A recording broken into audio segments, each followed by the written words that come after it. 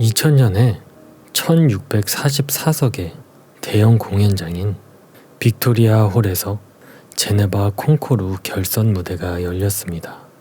그리고 그 결선 무대의 반주는 그 유명한 스위스 로망드 오케스트라가 담당했습니다. 스위스 로망드 오케스트라 역시 세계에서 가장 오랜 역사를 지닌 오케스트라로 단원이 70명을 넘었습니다. 제네바 콩코르가 결선을 이처럼 대형 공연장, 대형 무대에서 대형 오케스트라를 동원해서 행하는 이유는 세계에서 가장 유서 깊은 제네바 콩코르의 결선다운 규모를 지향하기 위함도 아니었고, 한 명이라도 많은 유료 관람객을 끌어들이기 위함도 아니었습니다.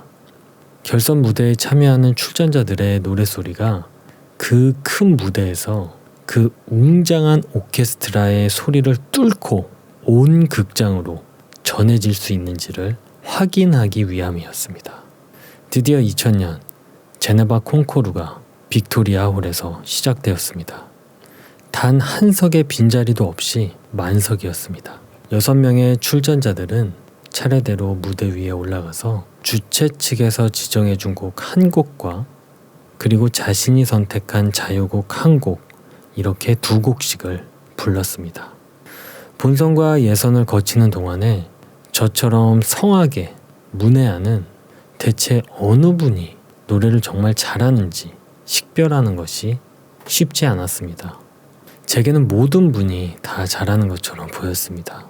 그러나 막상 결선 무대가 시작되고 나니 성악의 전문가가 아니더라도, 즉 저처럼 성악의 문외한도 어느 누가 정말 잘하는지 그 6명 가운데 순위를 매길 수 있었습니다. 그 큰 무대에 웅장한 오케스트라의 반주 소리를 뚫고 나오는 노랫소리가 있는가 하면 오케스트라의 반주 소리에 파묻혀서 무대에서 사라져버리는 소리도 있었습니다. 그날 미국 남성과 독일 여성 성악인이 공동 1위를 차지했고 한국 여성이 2위를 차지했습니다. 그 세 분의 노랫소리는 순위에 오르지 못한 나머지 세 분의 참가자가 도저히 넘볼 수 없는 소리였습니다. 제 개인적으로는 공동 1위를 한 미국 남자와 독일 여성의 노래보다 한국 여성 참가자의 노래에서 더 큰 감동을 받았습니다. 이것은 단순히 그분이 한국 여성이었기 때문이 아니었습니다. 공동 1위를 한 미국 남성과 독일 여성 성악인은 훤칠한 키에 당당한 체격을 지닌 사람들이었습니다. 한눈에 봐도 성량이 풍부한 성악인임을 알아볼 수 있을 정도의 체격의 소유자들이었습니다. 그러나 한국 여성 성악인은 신장이 1m 60cm에도 이르지 못하는 단신인데다가 누가 보아도 저 작은 몸으로 과연 저 큰 무대 위에서 노래를 부를 수 있을까 하는 의구심이 들 정도로 왜소한 체구의 소유자였습니다.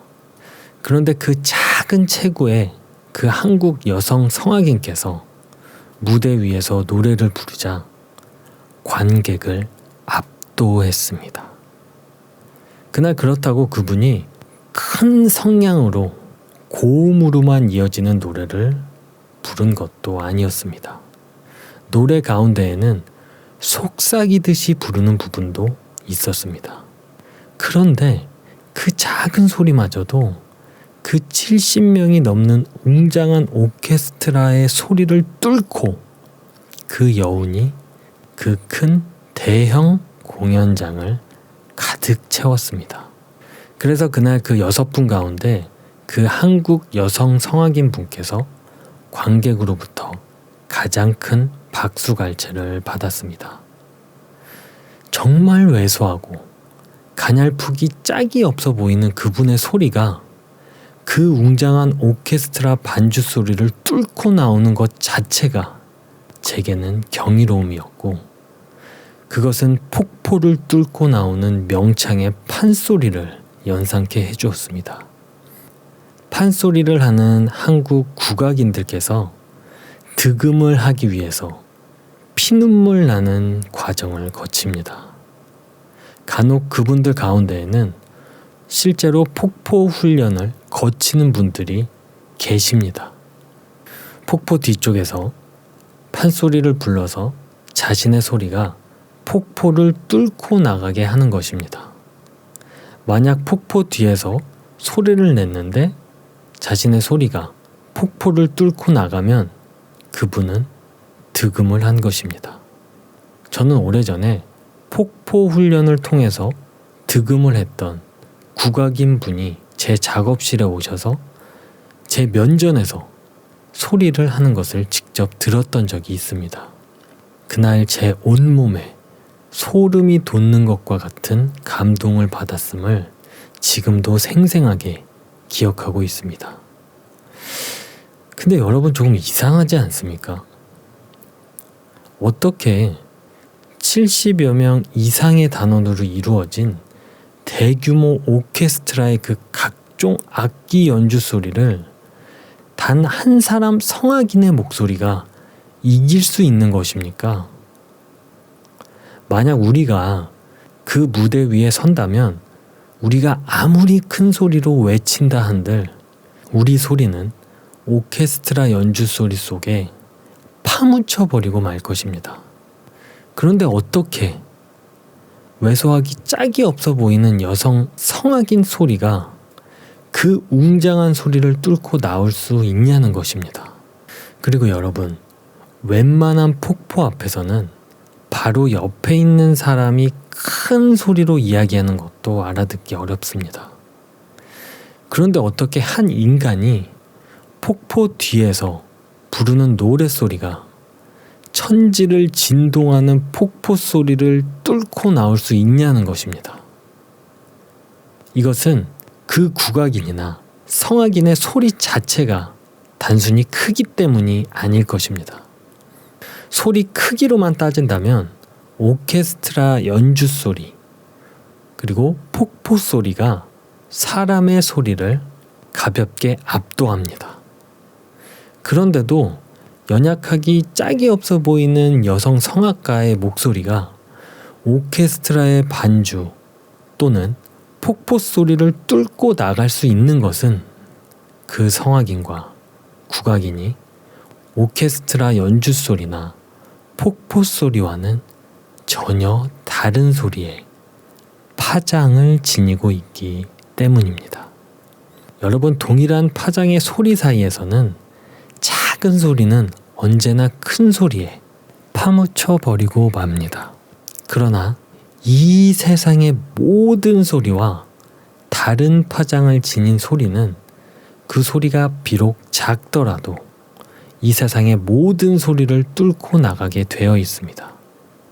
그러므로 성악인이나 국악인이 득음했다고 하는 것은 다른 사람, 다른 악기의 소리, 다른 사물과는 전혀 다른 오직 자신만의 깊은 소리의 파장을 만들고 지니게 되었음을 의미할 것입니다. 여러분, 그리스도인이 된다는 것은 세상과 구별된 파장을 지니는 것을 의미합니다. 성악인과 국악인에게 득음이 다른 사람들과 다른 소리의 파장을 얻는 것을 의미하듯이 그리스도인의 이신득의 믿음으로 이롭다 하는 것을 받았다는 것 역시 예수 그리스도의 일방적인 은총 속에서 세상과 구별된 파장을 얻고 누리게 되는 것을 의미합니다. 만약 어떤 그리스도인들이 이 세상을 새롭게 하고 이 세상을 감동시킨다면 그것은 결코 그 그리스도인들의 수가 많거나 그리스도인들의 소리가 크기 때문인 것은 아닐 것입니다. 바로 그 그리스도인들은 세상과 구별된 전혀 다른 파장을 지닌 사람들이기 때문일 것입니다.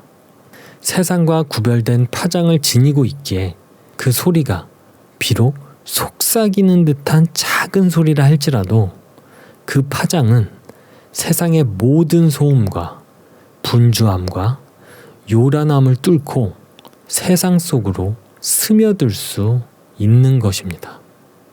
만약 우리 그리스도인들이 세상을 새롭게 하지 못하고 세상을 감동시키지 못한다면 그것은 우리 그리스도인들의 수가 적기 때문이라거나 혹은 그리스도인들의 소리가 작기 때문이 결코 아닐 것입니다. 우리 그리스도인들이 아직까지 세상과 구별된 파장을 지니지 못했기 때문일 것입니다. 여러분, 그리스도인이면서도 세상과 동일한 파장을 지니고 있기에 그 파장이 세상의 온갖 소음의 파장 속에 파묻혀버리고 말아버리는 것입니다. 그리스도인들이 세상과 구별된 파장을 지니고 살아야 하는 것은 우리 주님이신 예수 그리스도께서 세상과 구별된 파장을 지니신 분이셨기 때문입니다. 예수님께서 이 땅에 오시기 700년 전에 하나님께서 이사야 선지자를 통해 이 땅에 오실 예수님에 대해서 이렇게 말씀하셨습니다. 이사야서 42장 1절에서 4절 말씀입니다. 내가 붙드는 나의 종, 내 마음에 기뻐하는 자, 곧 내가 택한 사람을 보라. 내가 나의 영을 그에게 주었은즉 그가 이방의 정의를 베풀리라. 그는 외치지 아니하며 목소리를 높이지 아니하며 그 소리를 거리에 들리게 하지 아니하며 상한 갈대를 꺾지 아니하며 꺼져가는 등불을 끄지 아니하고 진실로 정의를 시행할 것이며 그는 쇠하지 아니하며 낙담하지 아니하고 세상에 정의를 세우기에 이르르니 섬들이 그 교훈을 앙망하리라. 여기서 섬들이 그 교훈을 앙망한다는 말은 섬들이 붙어있지 않고 제각각 떨어져 있는 것처럼 한 지역의 사람들뿐만 아니라 떨어져 있는 모든 지역의 사람들, 이를테면 세계 만민이 주님의 말씀을 사모하고 앙망하게 된다는 뜻입니다. 온 세계 만민으로 하여금 주님의 말씀을 사모하고 앙망하게 하기 위해서는 이 땅에 오신 주님께서 당신의 말씀을 가능한 한 큰 소리로 외치셔야만 될 것 같지 않습니까, 여러분? 그런데 이사야 선지자는 이 땅에 오실 예수님께서는 결코 큰 소리로 목소리를 높이지 아니할 것이요, 화를 내는 것처럼 소리치시지도 않을 것이요, 방 안에서 길거리에서 들릴 정도의 목소리로도 말하지 않으실 거라고 증언했습니다. 그로부터 700년이 지나서 예수님께서 이 땅에 오셨고 예수님의 제자였던 마태는 마태복음 12장 19절에서 이사야 선지자의 바로 그 말을 인용해서 예수님을 묘사했습니다. 이 땅에 오신 예수님께서 실제로 소리치지 아니하시고 언성을 높이지 않았기 때문이었을 것입니다. 복음서 여기저기에는 예수님의 설교 내용이 담겨져 있습니다. 마음이 가난한 자는 복이 있나니 하나님의 나라가 그들의 것이며 애통하는 자는 복이 있나니 그들이 위로를 받을 것이라. 우리는 이런 말씀을 하는 주님께서 목에 핏대를 세우시고 고래고래 소리 지르는 모습을 도저히 상상할 수가 없습니다. 예수님께서는 얼굴을 스치는 부드러운 미풍처럼 온유한 음성으로 말씀하셨을 것입니다. 또 예수님은 때때로 바리새인들과 서기관들의 위선을 질책하시기도 하셨습니다. 화 있을진저 외식하는 서기관들과 바리새인들이여, 회칠한 무덤 같으니 겉으로는 아름답게 보이나 그 안에는 죽은 사람의 뼈와 모든 더러운 것이 가득하도다. 이런 질책의 말씀마저도 예수님께서는 지극히 절제되고 차분한 어조로 말씀하셨음이 분명합니다. 이사야 선지자의 예언처럼 또 마태의 증언처럼 예수님께서는 고함치시지도 언성을 높이시지도 않은 분이셨기 때문입니다. 이처럼 예수님께서는 전혀 소리를 지르면서 말씀하시지도 않으셨음에도 불구하고 어떻게 그분의 말씀이 온 세계에 퍼지고 온 세상 사람들이 그분의 말씀을 사모하고 앙망할 수 있게 되었습니까? 여러분, 정말 어떻게 그것이 가능할 수 있겠습니까? 하나님의 말씀은 이 세상의 모든 폭력과 모든 악과 모든 불의, 심지어는 죽음마저도 깨트리고 또 모든 것을 살리는 하나님의 영원한 생명의 파장이요, 사랑의 파장이요, 정의의 파장이기 때문입니다. 그러므로 제자들이 부활하신 예수님을 보고 부활하신 예수님의 증인으로 살았다고 하는 것은 예수님의 그 파장을 자신들의 것으로 삼고 세상과 구별된 그 파장을 전하면서 살았음을 의미합니다. 그들은 배운 것이 없었습니다. 가진 것도 없었습니다. 이스라엘에서 가장 보잘것없고 하찮은 인간들이었습니다. 그 소수의 무리의 목소리가 당연히 클 리도 없었습니다. 그럼에도 불구하고 그들이 전한 말씀이 이 세상을 새롭게 한 것은 그들이 세상과는 전혀 다른 하나님의 생명과 사랑과 정의의 파장을 지니고 있었기에 그 파장이 세상의 모든 소음과 분주함과 요란함을 뚫고 세상 속에서 스며들어갈 수 있었기 때문입니다. 여러분, 우리가 주님을 어떻게 믿게 되었습니까? 2000년 전에 우리의 죄값을 대신 치러주시기 위해 십자가의 제물로 돌아가셨다가 사흘째 되는 날 무덤을 깨트리고 부활하신 예수님. 어떻게 그 이야기를 우리가 사실로 믿고 그분을 우리의 인생의 주인으로 모실 수 있게 되었습니까? 그분의 생명과 사랑과 정의의 그 파장이 당신의 말씀을 통해 2000년 전에 시간과 공간을 뛰어넘어 우리의 폐부 속으로 스며들었기 때문입니다. 그러므로 우리가 지금부터 그리스도인으로 살아간다는 것은, 또 주님의 증인으로 살아간다는 것은 우리 속에 임한 그 파장을 세상 속에 전해야 하는 것입니다. 이 세상의 불의와 악이 아무리 기승을 부리고 우리를 괴롭힌다 할지라도 세상의 악으로 세상의 악을 이기고 세상의 불의로 세상의 불의를 제압하려는 유혹에서 벗어나야 합니다.